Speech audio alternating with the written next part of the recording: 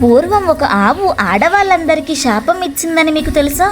ఒక రైతు దగ్గర ఉన్న ఆవు ప్రతిరోజు చాలా పాలు ఇచ్చేది. ఆ ఆవు గర్భవతి అయినప్పుడు పాలు ఇవ్వడం ఆపేసింది. కారణం తెలుసుకోకుండా కోపంతో ఆ రైతు ఆవును కొట్టి అడవిలోకి తరిమేస్తాడు. అడవిలో ఆవు ఒక దూడకు జన్మనిస్తుంది. ప్రసవం తర్వాత అలసిపోయిన ఆవు అటుగా వేటకు వచ్చిన ఒక యువరాణిని సహాయం అడుగుతుంది. దయచేసి నా దూడను ఎత్తి నా వీపుపై పెట్టు అని కోరుతుంది. కానీ యువరాణి అహంకారంతో ఆవును దూడను అవమానిస్తుంది. సహాయం చేయడానికి నిరాకరిస్తుంది.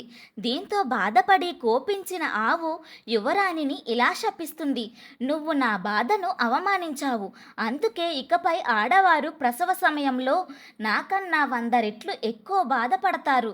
మనుషుల బిడ్డలు 9 నెలల వరకు నడవలేరు, కానీ ఆవుకు పుట్టిన దూడలు మాత్రం పుట్టిన వెంటనే నడుస్తాయి. ఈ శాపం ఇప్పటికీ ఆడవారికి కొనసాగుతుందని ఈ కథ యొక్క సారాంశం.